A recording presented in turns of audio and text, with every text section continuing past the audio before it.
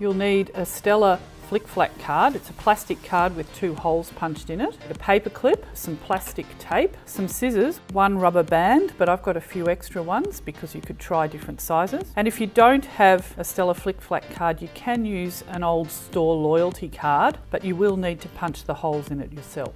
The first step is to cut the Flik in half along the dotted lines. You need to put the 2 halves of the Flik on the table with a small gap in between them, and then we're going to tape it together with some plastic tape.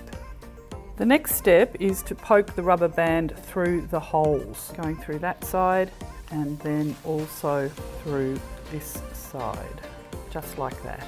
Now I'm going to put a paper clip through the rubber band on the outside of the V shape, and this is to hold the rubber band in place, and the rubber band will stay in place. Now I'm pulling the rubber band through the second hole. The next step is to tie a knot in the other end of the rubber band. So students can make these and have competitions to see whose can go the highest.